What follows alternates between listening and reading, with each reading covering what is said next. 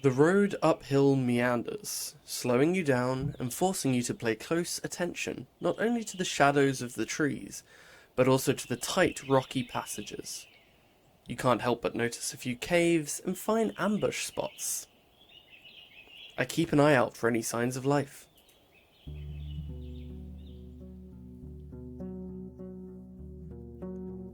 Standing in front of the gate, you hear no voices, no tools at work, no steps.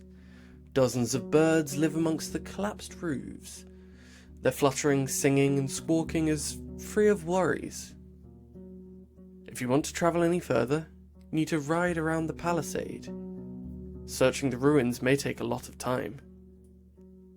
The broken gate in the north will lead you to the village. The sound of a gentle river reaches you from the east, where you see a saggy fence surrounding an overgrown pasture.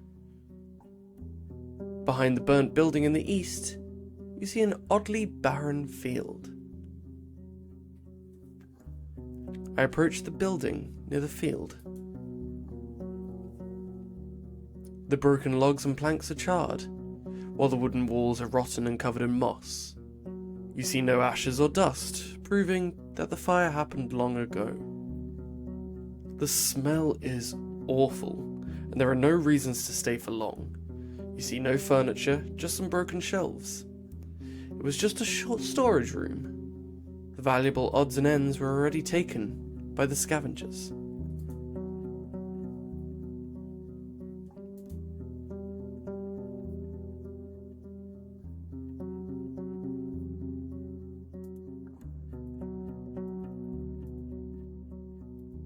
The ruined village. I've arrived at the ruins of a village that used to be set at the southern road. It may be important to figure out what happened here, and if it can ever be re-inhabited. I take a closer look at the gate. The palisade is in good shape, and the entrance wasn't even touched by the fire. It was torn away, possibly thrown. The amount of used force must have been huge, but you'd expect that it would be pushing the gate into the village, not away from it. You don't see any marks of a dragon bite. A troll could toss such planks, but after so many years you see no paw prints. A mage? You can't really tell. I move forward. Where do you want to go? I inspect the pasture in the southeast. You don't find a single sign of the livestock that lived here in the past. Any bones, horns, antlers, or dung have already been devoured by the wilderness. The pasture ends at the river. On the opposite bank, the meadow turns into a thick forest, impenetrable for a rider. What are the chances that a herd of defenseless animals could get there and survive? The breach in the southern fence wasn't made by some brute force. You find axe cuts in the spots that were ultimately broken away. After all these years, there are no tracks that you could follow. I return to the main road. I explore the southwest part of the village. The buildings, some of which have collapsed, are made of wood, now charred and rotten. You spot claw marks on the walls, especially close to doors and window frames. They could belong to a dragonling, or a large wolf, larger than the grey ones, or a corpse-eater. Too many options to make a guess. Yet no beast remains in sight. You find the remains of clothes, furniture, odds and ends. Only one object seems to be of use, a basket-like fish trap made of vines and willow branches. If a large fish swims into it, it won't be able to get out on its own. It's quite large, but I can fit it on my saddle. You feel a slight aching in your stomach. Where do you want to go? A berry-picking hook, a tool from Pelt of the North, with a head made of a large animal claw. Ripple. While valuable, they can't survive in the Dragonwoods on their own. They're owned by messengers, scouts, or rich city folk. A fish trap, a basket made of vines and willow branches. If a large fish swims into it, it won't be able to get out on its own.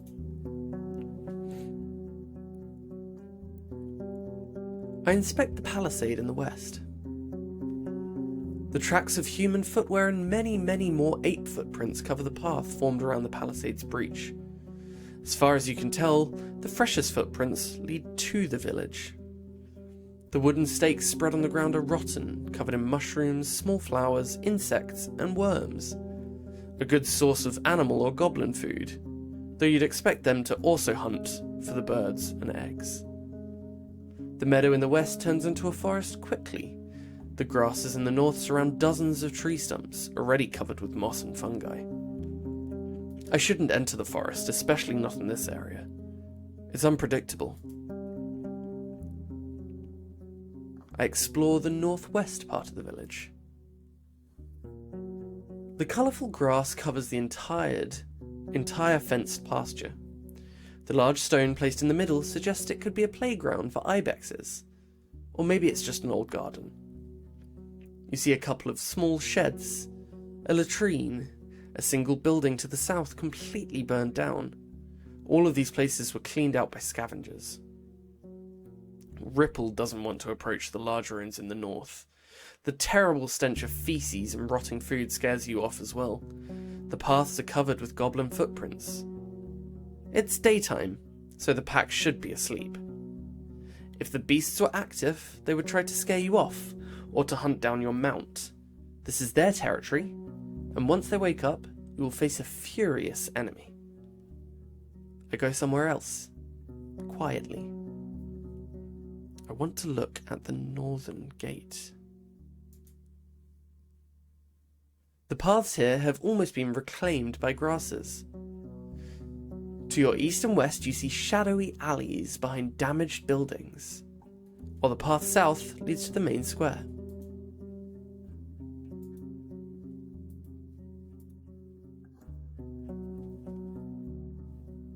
I take a closer look at the gate. Pushed or pulled, it doesn't move an inch.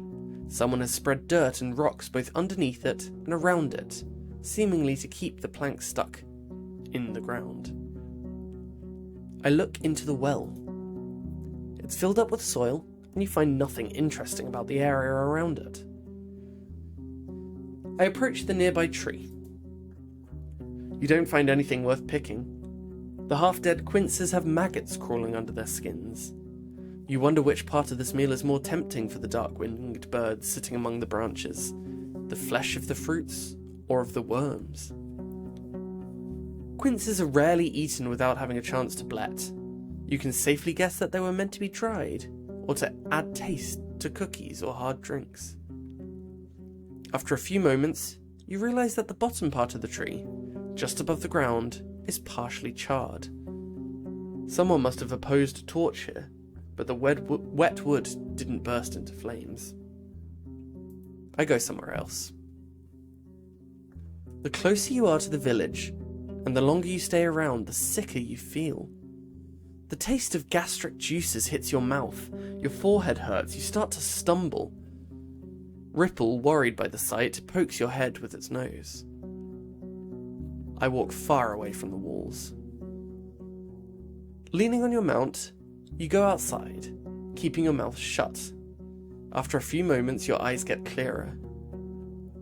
It may be better to leave, or at least stay away from the village for the rest of the day. You stop and touch your aching stomach. Where do you want to go? I inspect the fields in the southwest. You're surrounded by what looks like a field ploughed in late autumn, disturbed by hundreds of rains and snowfalls. There's a few clumps of grass and wheat, but a place like this one, abandoned for years, should already have turned itself into a green lea. A barren field. Maybe it was overused, but you would still expect the weeds to sprout. A curse? The path leading west from here ends at the edge of the field, shifting into a meadow, then a forest. I don't have a way to investigate. The pain in your stomach slows you down. I inspect the clearing in the west. The meadow is lush and colourful, and so dense it's unsafe for a rider. For a couple of minutes you lead Ripple with a rope, avoiding the potential disaster in case of a hoof falling into an animal den. Being forced to travel around the palisade every time you get here is going to be a pain. Most of the tree trunks look similar and have a comparable size. They were mostly, likely, planted, with the sole purpose of being cut down and used by the locals, though cutting so many trees at once, that alone could provoke the wrath of herds. Such a process should be spread across a couple of seasons, and you can't be sure that was the case. In the west and north, the clearing turns into a wild forest. In the east, you see a road leading north. I leave the clearing. I go to the road leading north from the village. You're at the closed northern gate. The neglected road is partially overgrown. You hear a river in the east, separated by the lush meadow, filled with crickets and rodents. I go somewhere else. I head to the river. You see a quenching family of boars, some of them brown, some black. You consider turning back, but they pay you little attention. After a couple of grunts, they run north. The river is not too wide, yet unusually deep, with banks altered by the locals for decades, if not centuries. The water is cold and clean, yet filled with long plants growing from the bottom. You would rather avoid jumping inside or drinking from it, but you're tempted to at least wash your face, neck and hands. Dozens, if not hundreds, of small fish are looking for tasty leaves, but also try to avoid their predators. A dance of life, completely unaware of your presence. You suddenly realise there's something else buried among the kelp. A rusty sickle sticking out of the ground, a couple of stone axes and hoes. The wooden handles and a large wagon are covered with moss, but you recognise their shapes. Why would someone drop them here? On the opposite bank, the meadow turns into a thick forest, impenetrable for a rider. I turn back.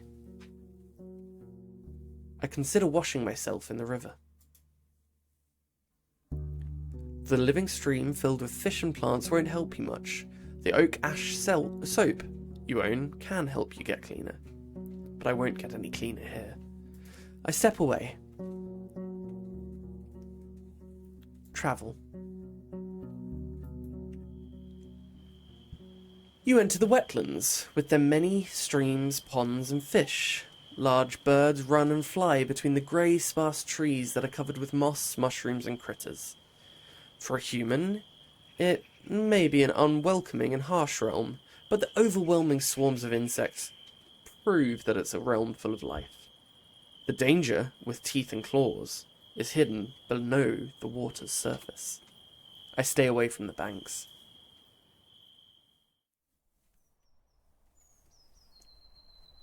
This plant shouldn't be alive, not without leaves. It doesn't resemble the other trees of the wetlands.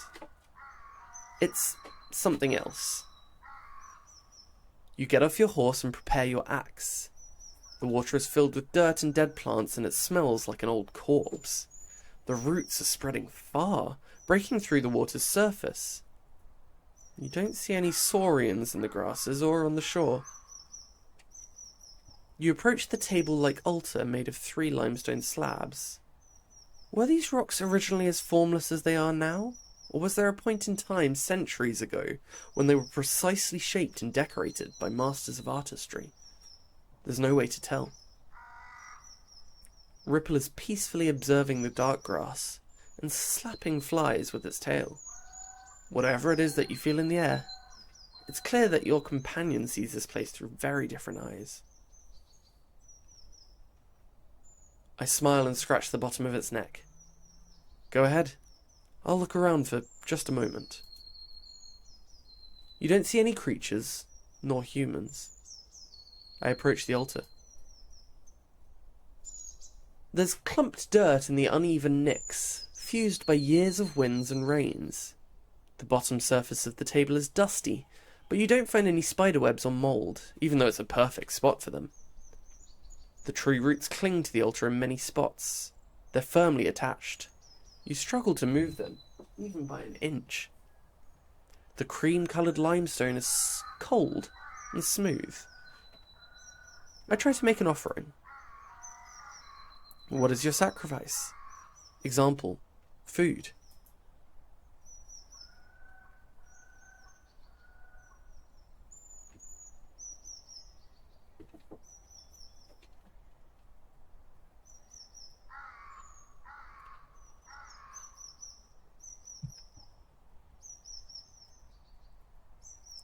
You place any type of food you can find in your sacks or on the nearby plants. But none of them seem to make any difference. I try something else. The cream-coloured limestone is cold and smooth. The tree is perfectly still. It still hasn't changed a bit since the first time you saw it. I make an offering. Winged hourglass. You place your winged hourglass on the altar, but nothing happens. I try something else. I walk away. I look into the water. You step cautiously. Without knowing how deep it gets, you have to consider that a saurian could be camouflaged in the mud, waiting for a victim to get near. Since you don't plan to kneel down and drink, you're hoping to dodge a potential strike. Once you get closer, you start breathing again. While the water is dirty, it's also shallow. You see the vegetation, swimming insects, and even a small fish. All of them stay away from the tree roots, which look like a spider web covering the bottom of the pond. Aside from that, you don't see anything that would catch your attention. I take a closer look at the roots. You kneel in front of one that's lying on the shore. It's brown, covered with hair that resembles that on your arm. When you touch it, it's moist, soft, and warmer than you expect. I do something with it. What do you try to do? Kick. The root is flexible and stretchy. Your blunt hits sink into it like it's a pillow. Whenever you lean away, it returns to its original shape. I do something else. Axe. You pull out your axe, then stop in place. You can't tell what the results of wounding the tree would be. I better spare it.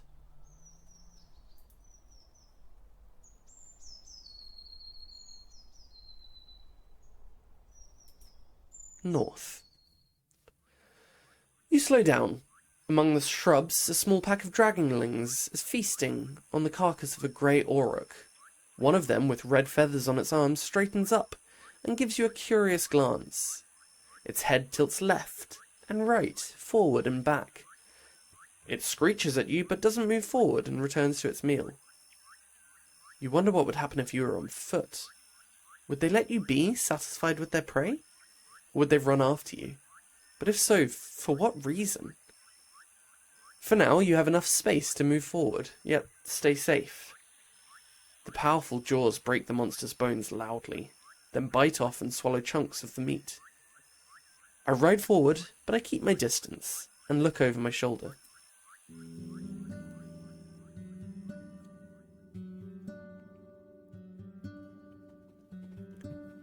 The beaten road serves your palfrey well. The forest to your left becomes sparse and brighter, and there are dozens of human-made paths among the fruit-bearing trees. On your right, there's a large pasture, with at least a dozen massive mouflons. 2 of them, already sheared, look comically small. Soon after that, you ride along vast, flourishing fields filled with rye, still green, preparing itself patiently for the second harvest.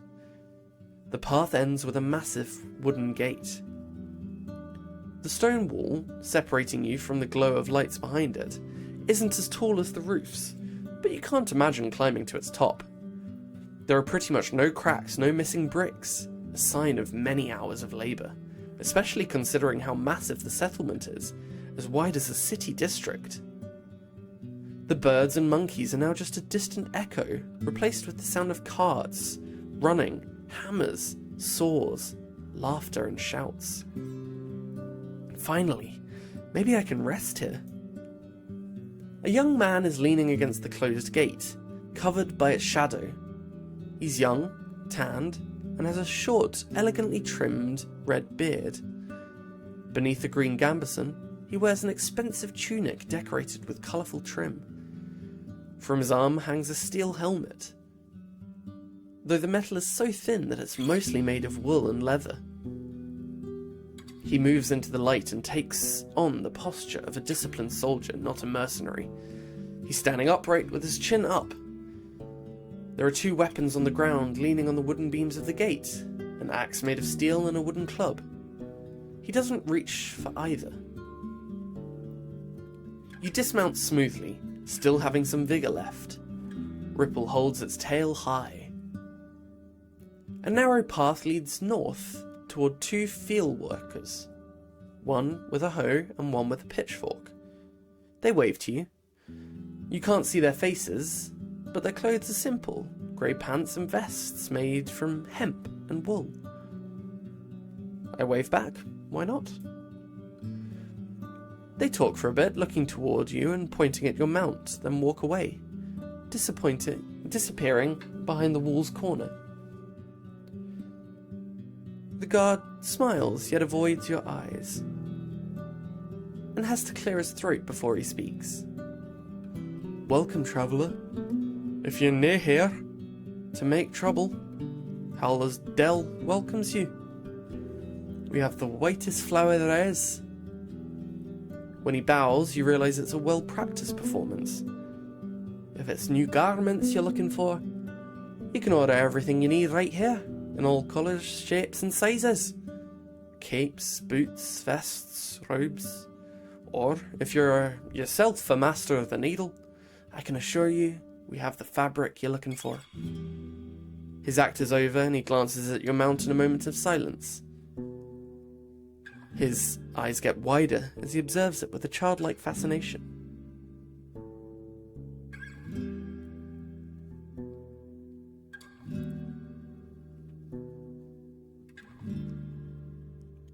I'm Josh, your new Roadwarden. I want to see your mayor. A city folk, aye? The mayor is busy, but I'll ask her. Give us a moment to let you in.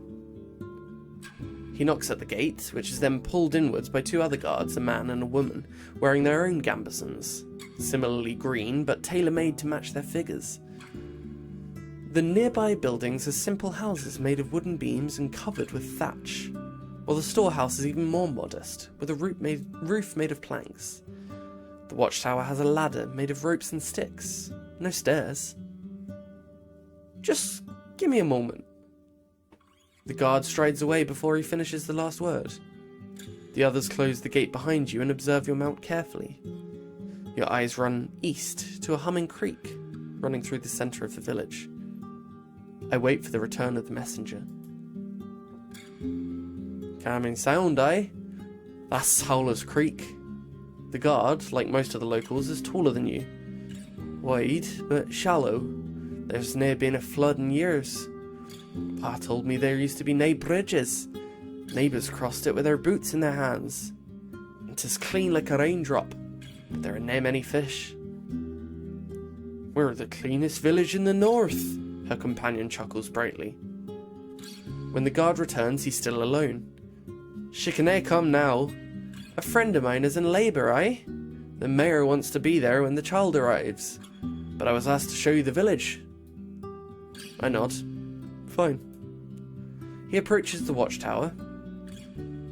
Tire your mount here. We'll keep the kids away. Most of the neighbours are getting ready to celebrate. Once you're done, he grabs the rope ladder. The view from up there is gorgeous. I climb after him.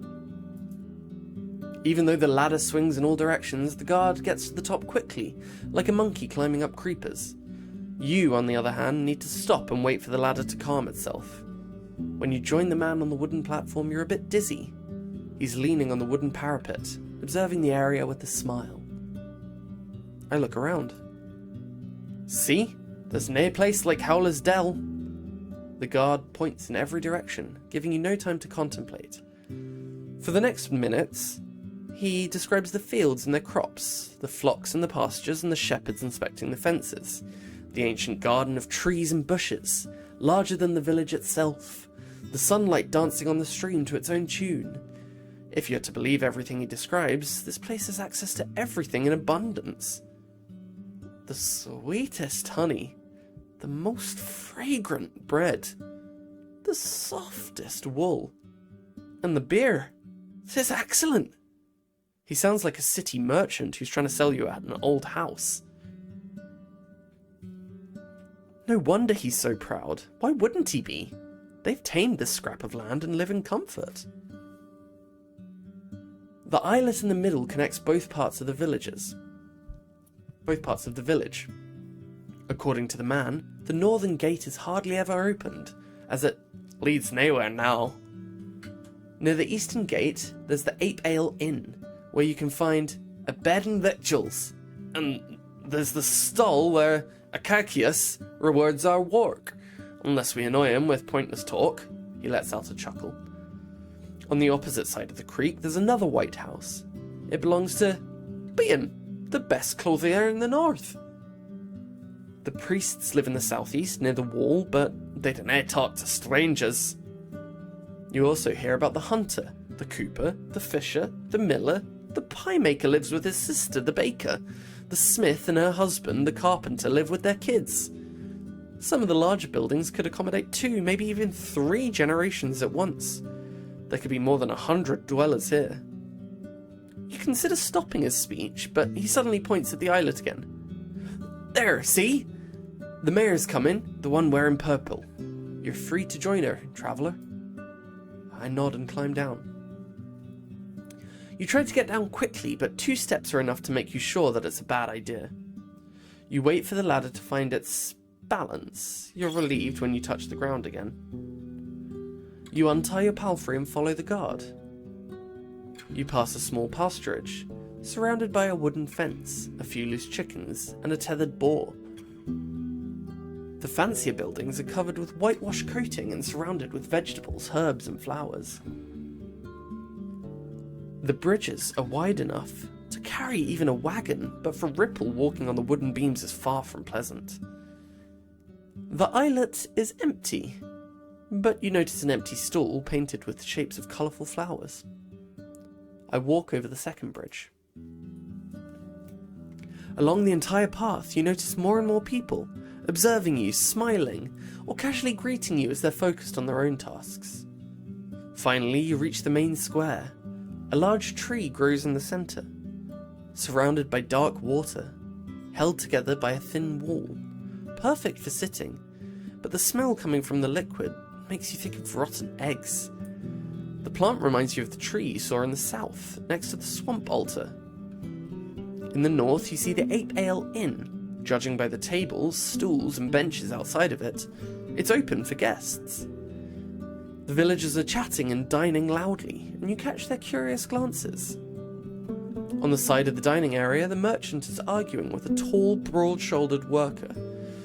An old man is sitting by himself eating a pie with a walking stick leaning against the table. A young woman is cleaning the empty mugs in the creek, speaking with a man at least twice her age, maybe her father. I need a spot to tether Ripple. There's a wide wooden roof right next to the gate that shelters carts, crates, and sacks. You move your mount next to a donkey, to a beam placed here just for this purpose. Without a moment of hesitation, Ripple starts to chew on the nearby haystack. You have some time to make sure it doesn't struggle with your bundles. You return to the inn. I look for the mayor and approach her. She's sitting on a chair with a 4-year-old boy on her knees. She's holding his hand gently, showing him how to eat gruel from a bowl. It's not a cheap meal, though. You spot nuts, berries, and milk. And the added honey makes it yellowish. The kid is clean and quiet, and once he notices your arrival, he crams his mouth with a spoonful of oats. "Now, now, love," the mayor titters. "Dinna get distracted." She rubs the meal off his face. "Few more spoons and you'll go help Papa in the kitchen, eh?" She gives you a radiant, though apologetic smile, then turns her attention back to her companion. I observe her more closely. Her long, full-sleeved linen dress must have been dyed once in blue, and once in red to achieve its dark, fancy purple. Which would draw looks even in Hovloven. From her left shoulder hangs a green woolen cape, as thin as a shawl. The brown belt on her waist has a large steel buckle that portrays a running deer with unrealistically large antlers, growing in all directions, like tree branches.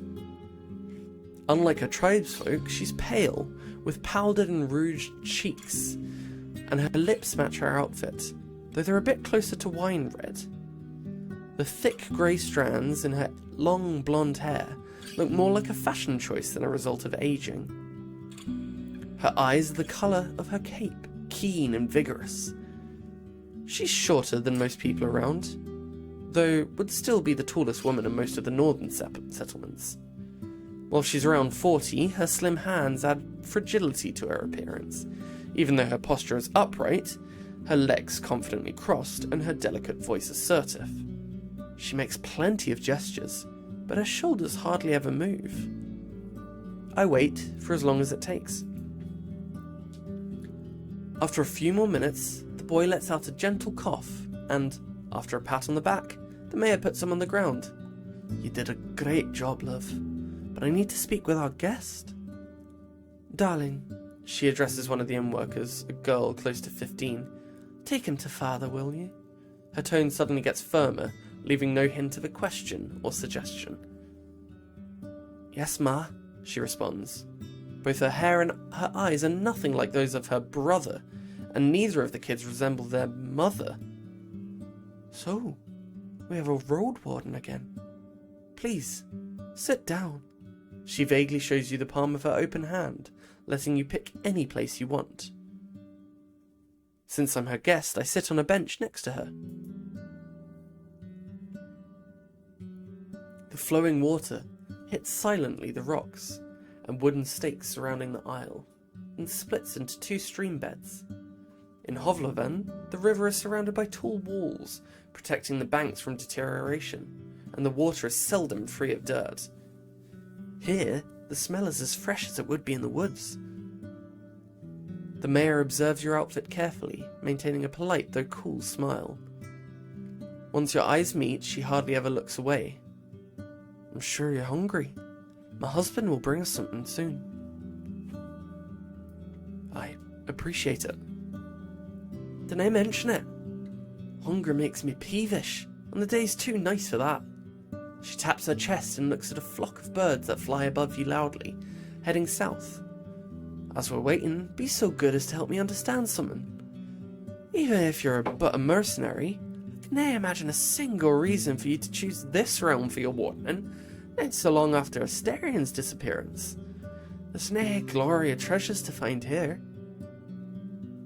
Her pale fingers form a tent on her stomach, then clasp, leaving the forefingers pointing at you. "You're sent here by the merchants. They want the peninsula."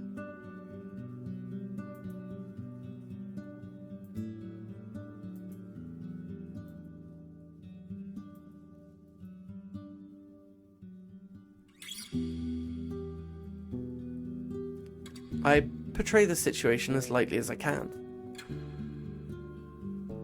"Guilty as charged, we are," you answer with a loud whisper and raise your hands to the level of your chest, introducing yourself. You touch on the more obvious sides of the potential deal with the guild and the city chief. The troops, their pay, and the patrols they would establish. The overview of taxes, but you keep adding more or less successful puns and casual phrases. The merchants would bring new life to this place, you conclude, and not just them, but the acrobats and bards as well. I get it, the mayor says with a smile. Even though she shared a giggle or two with you, she didn't interrupt your speech. She takes a deep breath and moves the hair from her shoulder to her back, looking at your palfrey. "And sure, if it was just that, I'd ask you where to sign. But it never is that simple, is it?" Her eyes fill up with melancholy. Or melancholy. "I appreciate that you're coming with a carrot, not a stick. But when it comes to the guild, there's always a catch." Her accent is now almost identical to the one used in the city.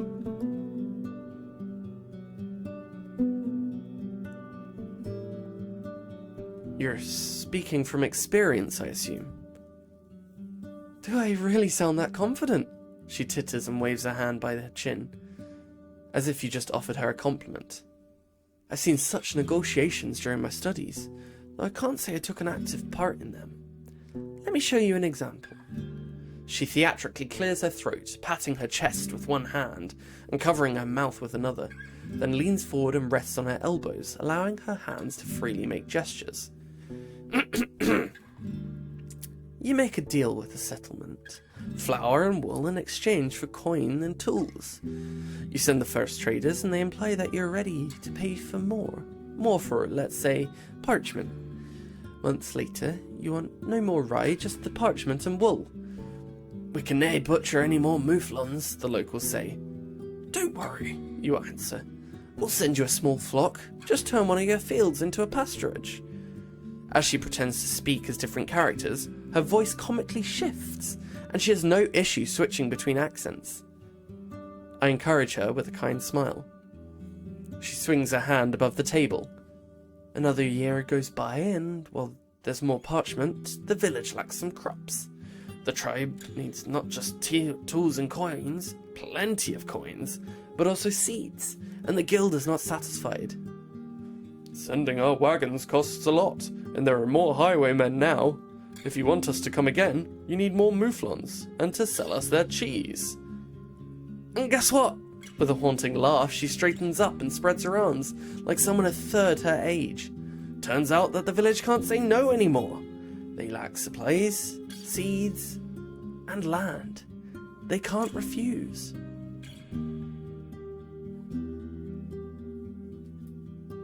I nod. She's right, and it's better not to say anything stupid. The pause doesn't linger for long. I see we understand each other. Let's finish the introductions.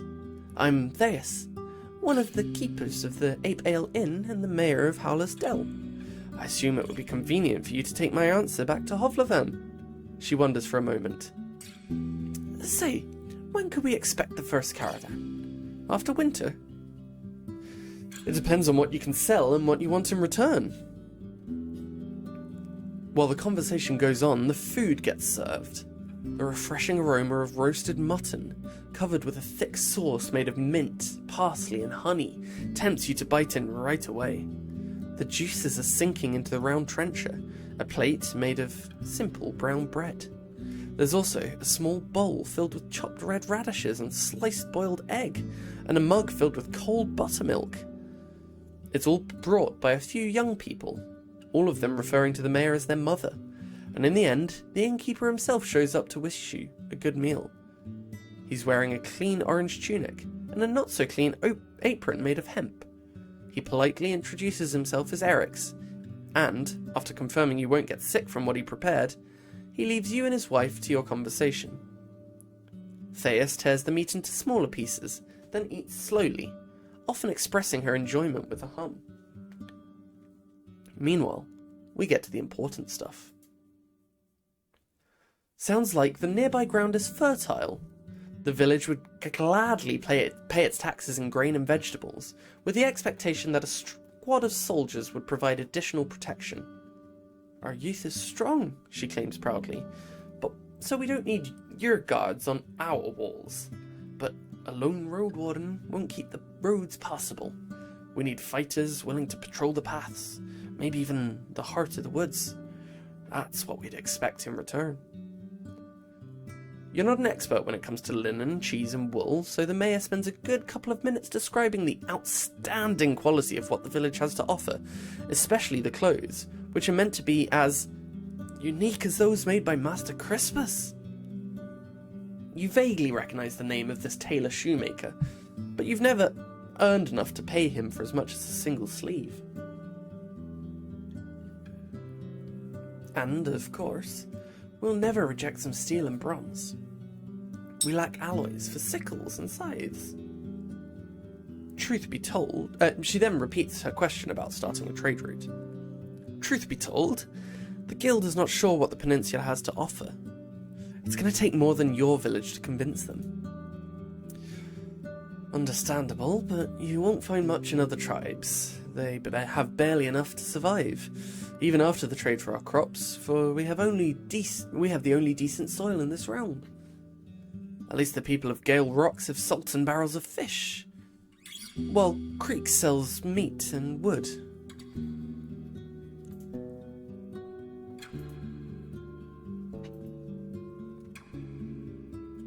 Creeks sells meat and wood. Gale Rocks sells fish and salt.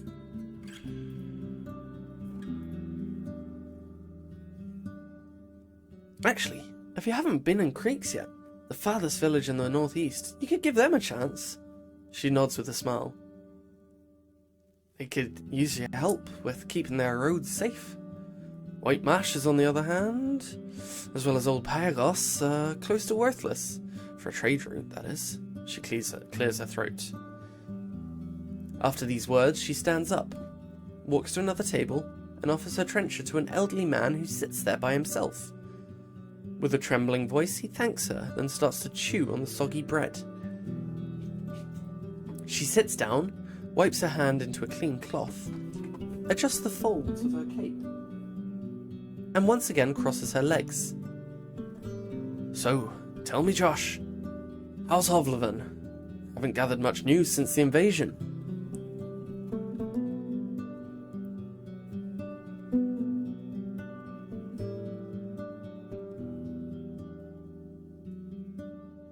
Sometimes better, sometimes worse. Not everyone has their own bed, but the new generation is ready to start their own fight. And I was afraid it was lost to hunger. Her chuckle is trimmed with scorn. Good to know I was wrong. When the invasion started, some merchants were cheering in their houses, happy that they would sell out all the blades and food they'd stored. Can you believe it? This panic will make us rich, she imitates the voice of a pompous man. That's when the southerners reached their villages. That's why when the southerners reached the villages, they found almost nothing to eat, she sighs. Staying in a remote peninsula truly can be a blessing. She pauses, hesitant to go on, then shakes her head slightly. Well, we can't change the past. How can I help you, Josh? Tell me about Howler's Dell. It is what it seems like, the greatest village in the far north. She raises her hand and makes an inviting gesture. Though I hope to still improve this and that.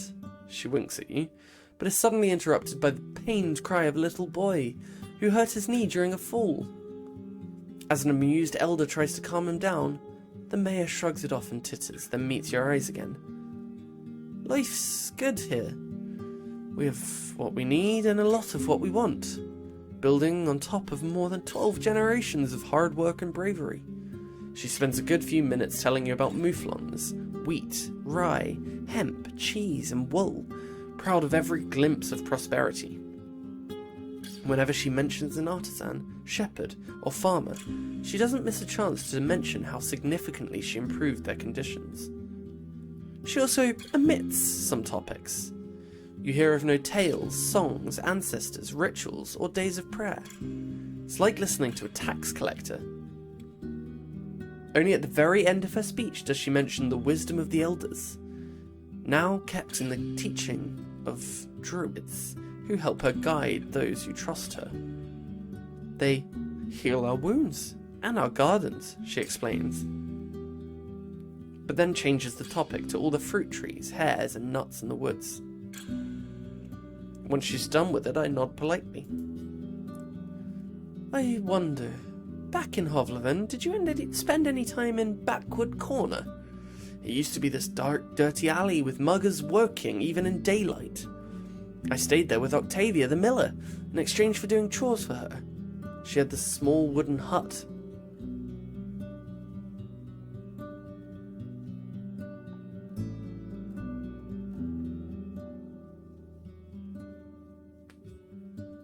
It would make you feel like you're in the old days. The Boarhead Inn is almost 50 years old now. You explain that while the place is still called the bad part of the city, The boarhead makes good coin selling beer and ale to students, mercenaries, and adventurers. The whole land may turn wild one day, you quote one of the local traders, but Backward Corner will stay the same. She sighs with relief and puts her left hand on her hip. Comforting, don't you think? That there are these places, these dark corners, where you can always find what you expect. Living there, though, that sounds awful and always was, she chuckles. I bet the thugs of my youth are no longer around, so I wouldn't count on them giving me a free pass. But I wish I could have a chance to drink a mug or two with the innkeeper once more. The old lady was always too good to stay in that muck.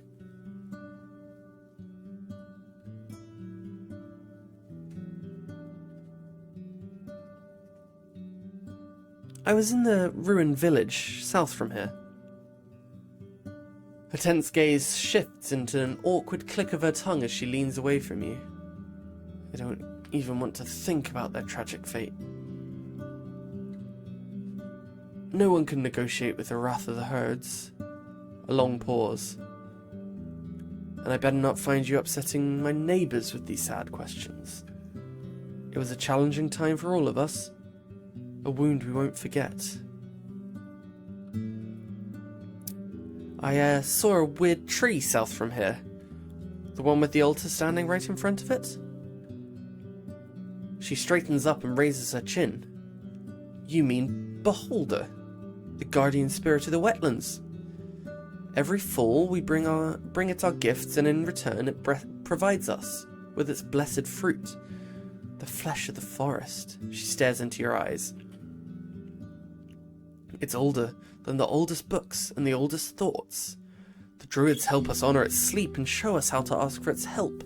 Neither of these rituals, she scoffs, would be of use for you.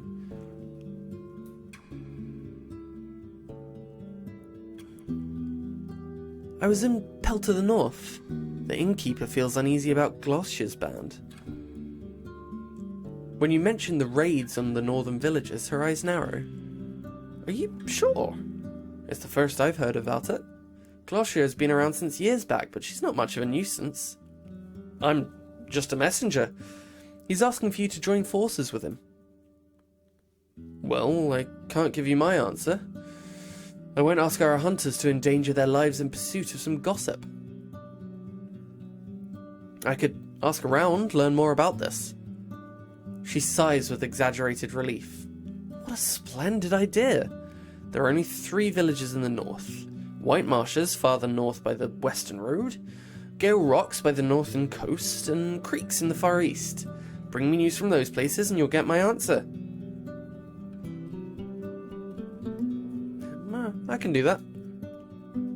Tell me, how do people dress in the city these days? Is it similar to what we have here?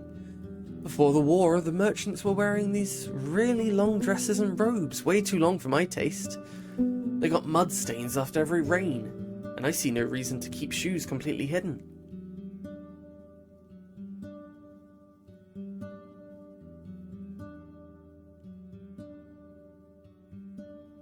Not anymore. There's always a shortage of fabric. Most people wear tunics like in the old days. At least we can hope that if the visitors arrive, we won't stand out much. She laughs, but also adjusts her dress, drawing your attention to its superb quality. And who knows, maybe our little village here is going to help those unfortunate clothiers. I'm sure we could spare a couple of sheets of fabric. I'm looking for a Asterion.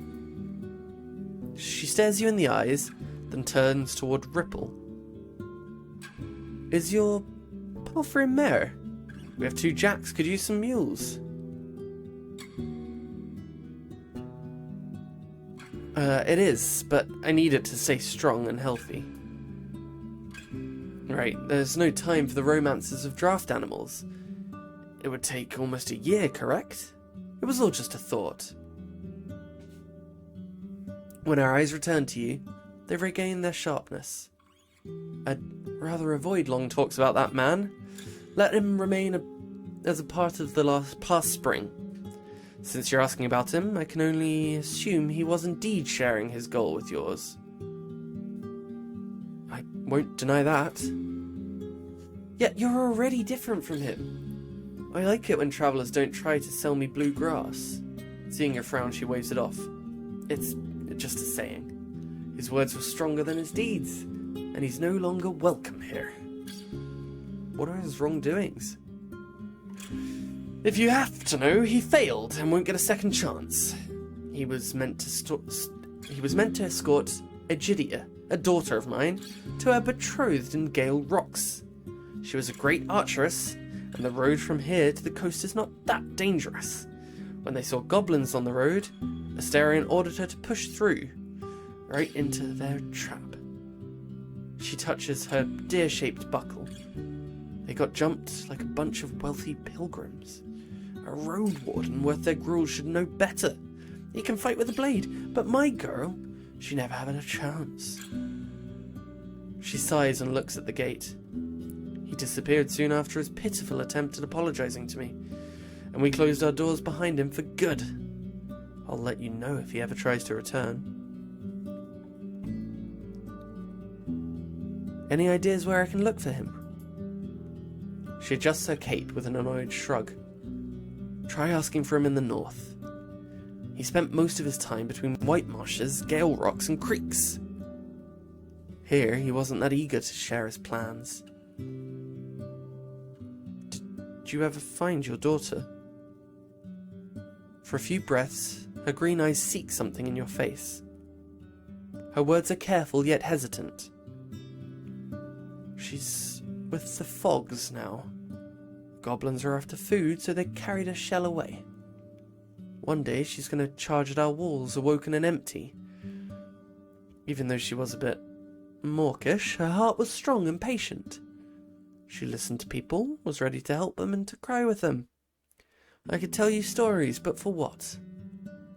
Let the dead rest. Thanks for the help. We talk and talk, but I still don't know where you are from, Josh. What's your story? Have you lived in Hovlevan your entire life?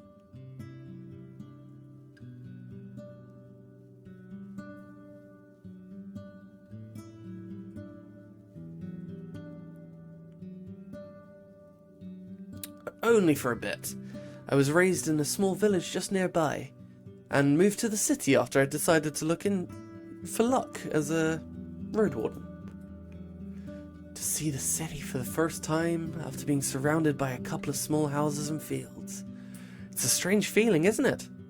She puts her hand on the table. Even after my second winter there, I felt like a stranger. But those who know how to live in the countryside close to the wilderness will also always find a new home for ourselves, don't you think? She gives you an encouraging smile. You seem to be fairly well off, even more so than the other people in the village. What's your secret? She reaches for her buckle, and her voice grows cold. There's no secret, traveller. There's hard work, risks and sacrifices, and the support of those that care about me. The good things that happen to me shine on my people just as much. Think about it before you mention it again. Thank you for your time. I approach Eric's, the innkeeper. Even though the counter stands outdoors, it's not rotten or dirty, and you guess that, like the other furniture, it's brought inside every night. Eric's approaches you with a smile and leans on its surface with his fists. He's portly and even taller than his neighbours. He's got freckles, short grey hair, and an elegant beard. His long woolen orange tunic has a decorative cut right under the neck, and loose braids at the edges. How can I help you, traveller? His accent's heavy, nothing like his wife's. He stomps with a heavy boot and looks around, as if he's just waiting to get back to his other tasks. His fingers are still dirty from weeding the garden. 5 hours before dusk. Any rumours to share? Rumours? Not really. I have my own things to worry about.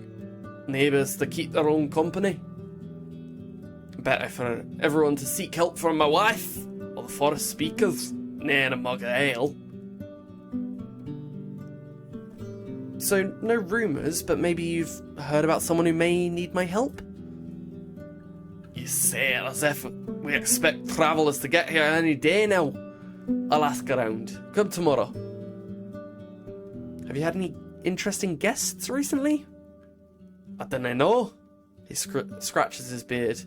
There was one vagabond, but he was ne'er for long, and didn't do much. Timid fella. Talks loud, but is afraid of everything, especially the guards. His face is touched by flames, as a big ballista. He says this word with a strange accent, smirking. And a large bird of his beast of burden. I didn't know what to say. He shrugs. He went south, and it's most likely gone. I could use a room. Sure thing, he nods. My kids keep it cleaner than you'd find in the city. Just tell me when you're ready. Thanks. I go to Akakius, the trader. The man behind the counter is inspecting the sack of white flour, mumbling to himself and occasionally cursing. The other locals walk away, giving you space to talk trade in peace. Weevils, he points at a little dark blue insect that's trying to flee.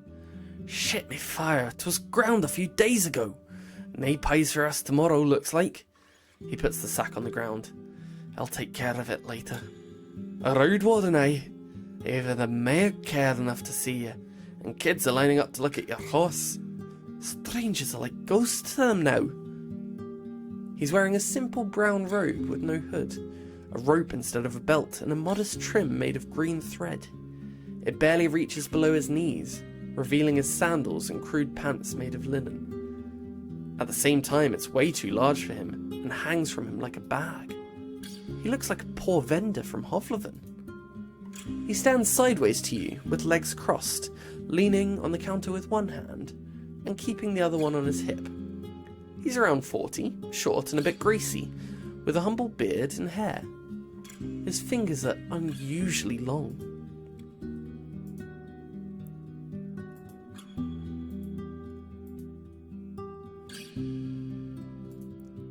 You're a trader, I assume. I guess we'll see each other often.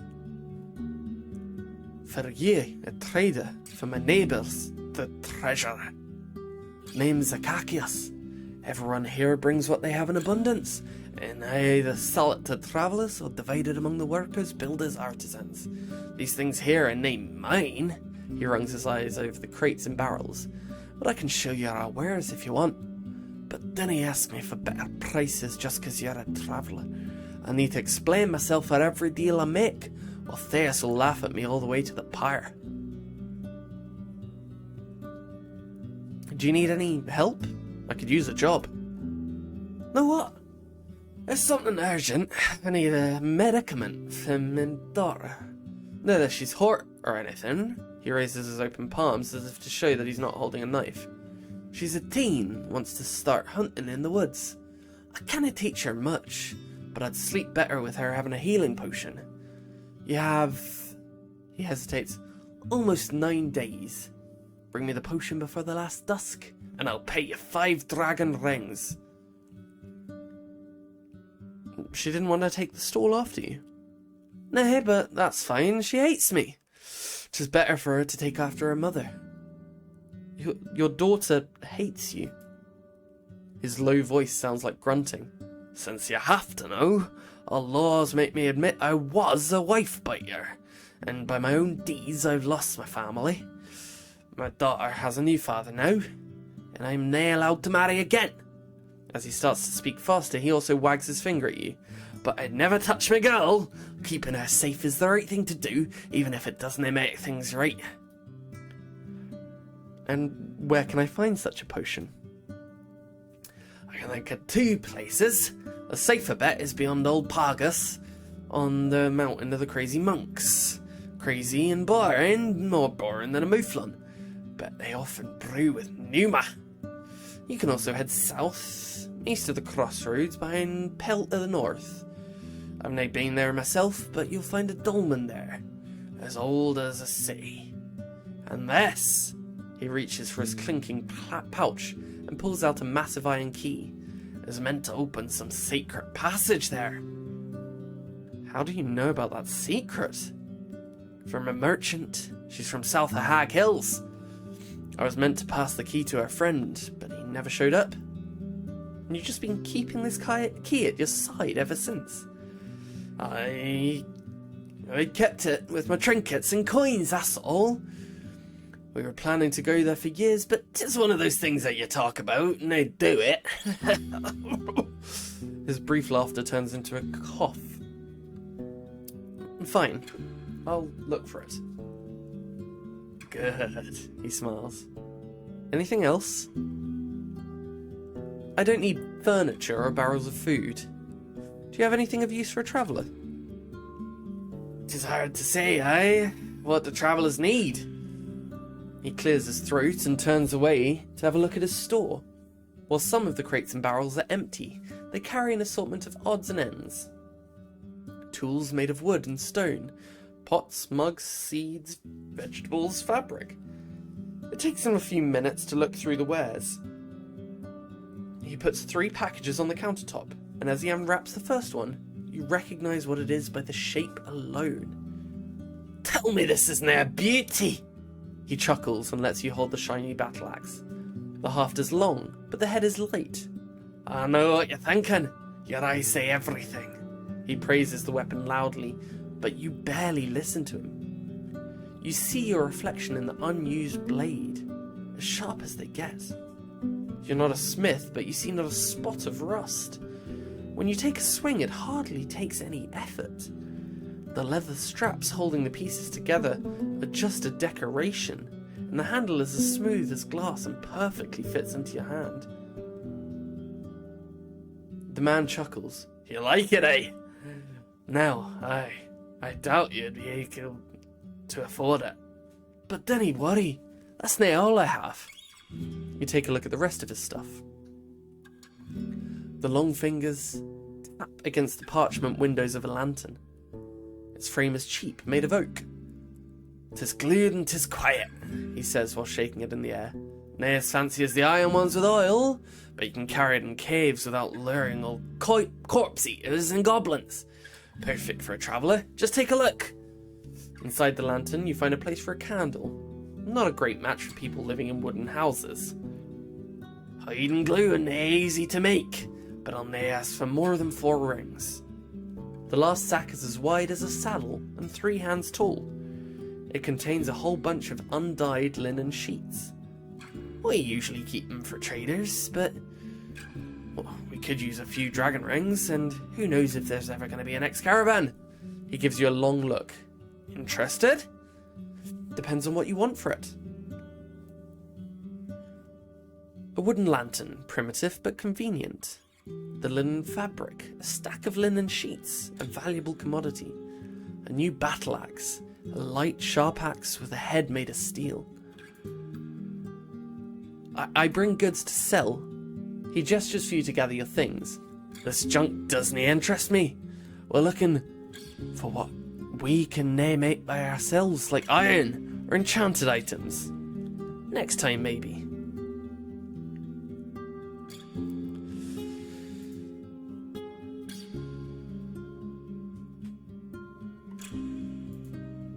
You bought a wooden lantern.